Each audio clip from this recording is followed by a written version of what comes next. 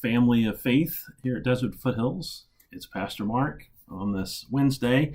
Last Wednesday we talked about Afghanistan, and this week I want to talk about the vaccine. So I don't know if this is a new trend here. We talk about current events or something on Wednesdays, but it's not intentional anyway. We'll see what happens going forward. But I do want to talk about the topic of the vaccine. It's something that obviously everybody has been talking about for a long time. I do want to share information on the vaccine as far as just questions I've heard from people from the religious side of things. And I've asked one of our members, Dr. Paul Lynch, to share, just answer some of the more common questions on the medical side of things, like safety and things like that. Won't even try to speak to those issues, but I do want people to know on the religious side that the Lutheran Church, Missouri Synod, our denomination, does not have a doctrine or an official statement or anything that would allow, say, someone to be in a conscientious objector to getting the vaccine or for some kind of religious reasons. Now, actually, the president of the Lutheran Church, Missouri Synod, has issued a number of letters and statements on this. I'm going to attach or put a link in the bottom of this YouTube video. So if you want to read much more about this, you're welcome to. But I'll read just one quote from the Dr. Matthew Harrison's, or the president of the Synod, his letter concerning the COVID vaccine. He said, the Pfizer and Moderna vaccines were not designed, developed, or produced using cell lines derived from aborted human fetal tissues. They were not utilized in making those vaccines. It's one of the big questions I've gotten over the last 6 months or so. They were not used for those two. I believe there's other companies, other vaccines. Maybe they did, but Pfizer and Moderna are clean, I guess, for lack of a better word, as far as that goes. I'm also going to put a link, something else our church body has put out. This kind of a vaccine fact sheet, and that link's also here in the description, again, below the video.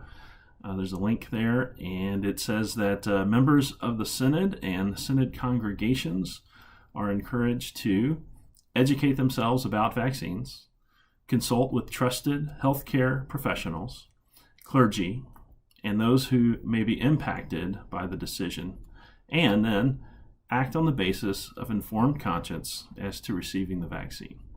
So, and then there's one more link I'm going to put in the description. It's from Alliance Defending Freedom.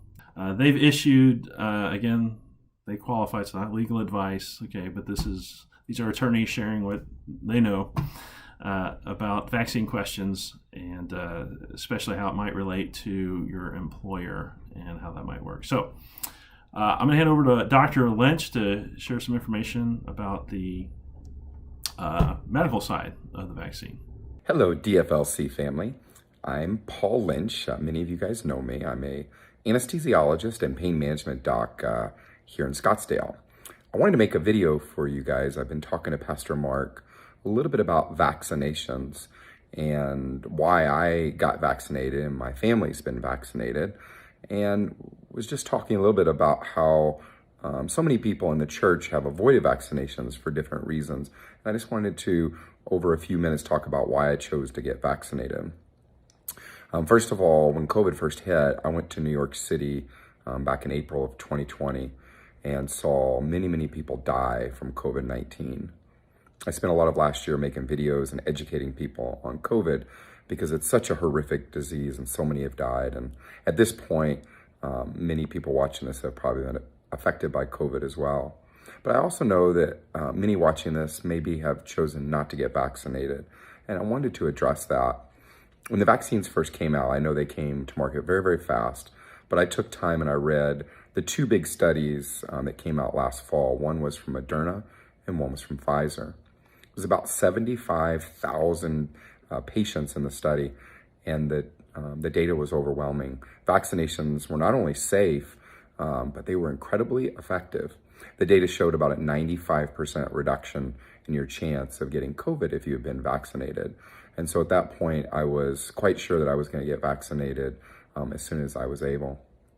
I did get vaccinated. My wife got vaccinated, and everyone in my house that's old enough to get the vaccine has been vaccinated so far, including my 16-year-old and my 13-year-old. As the year's gone on, we have more and more data showing that now over 170 million Americans have been vaccinated. And there's been very few side effects so far.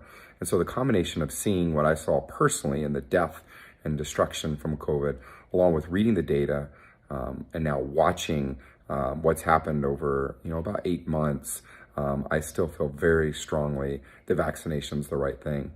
What I recommend to people is if you're on the fence and you're not quite sure, go talk to your doctor about it. About 98% of physicians in the United States have either been vaccinated or plan to get vaccinated soon. 98%. So if you're on the fence, I would recommend you talk to your doctor. One last thing I'll just say for me personally, being fairly young and healthy, you could look at the math and make an argument. I don't have to be vaccinated. If I get COVID, I'll probably be just fine. As a matter of fact, I did get COVID and I was okay.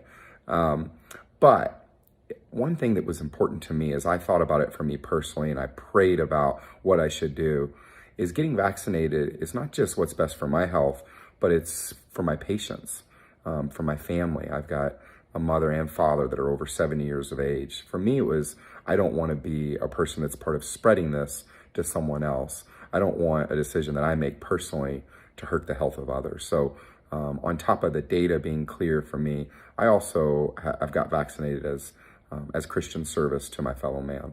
I just wanted to give you guys this message. If you see me around church and you have any questions about the vaccine or its safety or whether it's right for you, please feel free to come and ask me. God bless you guys and stay safe. All right. Well, thanks for tuning in to this episode of current events, hot topics, divisive topics, maybe. I know everyone has the right and should do what they think is best for them, but I don't want to be silent when there could be somebody making a decision on bad information. Everybody's got their own reasons. Everybody's got their own concerns and their questions.